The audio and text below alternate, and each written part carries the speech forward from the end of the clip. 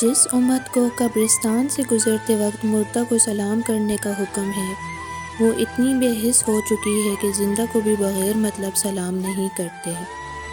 دنیا اگر ہاتھ سے نکل جائے تو بندہ غریب ہو جاتا ہے، اور اگر یہی دنیا دل سے نکل جائے تو بندہ ولی ہو جاتا ہے۔ جو تیرے سامنے اوروں کی برائی کرتا ہے، وہ اوروں کے سامنے تیری بھی برائی کرتا ہے۔ نادانی یہ ہے کہ انسان ایک ہی گڑھے میں بار بار گرتا رہے اور نصیحت کو نہ تھامے۔ کسی کی پہچان علم سے نہیں ہوتی بلکہ ادب سے ہوتی ہے، کیونکہ علم تو ابلیس کے پاس بھی بہت تھا لیکن ادب سے وہ محروم تھا۔ سخی کو سخاوت کرتے وقت جو خوشی ہوتی ہے، اس کا اندازہ بخیل کبھی نہیں کر سکتا۔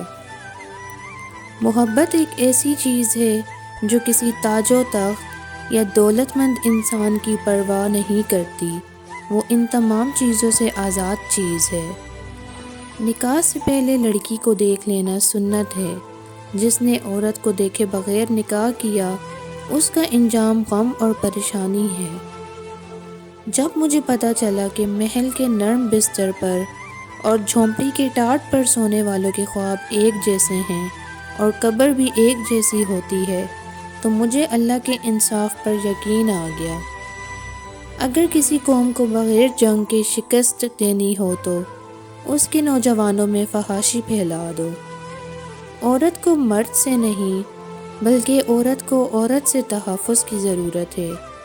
ایک عورت ہی دوسری عورت کی خوشیوں کی سب سے بڑی دشمن ہے۔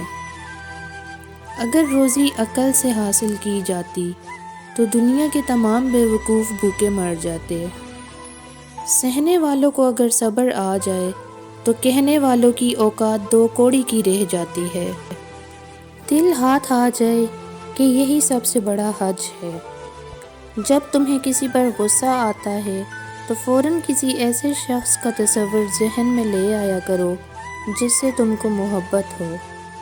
جن کے آنگن میں غریبی کا شجر ہو محسن، ان کی ہر بات زمانے کو بری لگتی ہے۔ حکومت اور عورت کی محبت حد سے زیادہ مشکل ہے۔ اچانک ہچکیوں کے آ جانے میں چھپے راز۔ 3 ہچکیاں آ جائیں تو سمجھ جاؤ آپ کی صحت کے لیے اچھا اشارہ ہے۔ نمبر 2، 7 ہچکیاں آ جائیں تو سمجھ جاؤ وہ آنے والے دنوں میں آپ کی صحبت کے لیے کوئی اچھا اشارہ نہیں ہے۔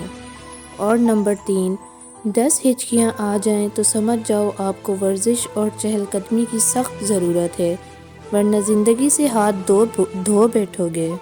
اگر آپ کو ہماری ویڈیو پسند آئی ہے تو ویڈیو کو لائک اینڈ شیئر ضرور کریں، چینل کو سبسکرائب ضرور کریں۔ ملتے ہیں نیکسٹ ویڈیو میں۔ اللہ حافظ۔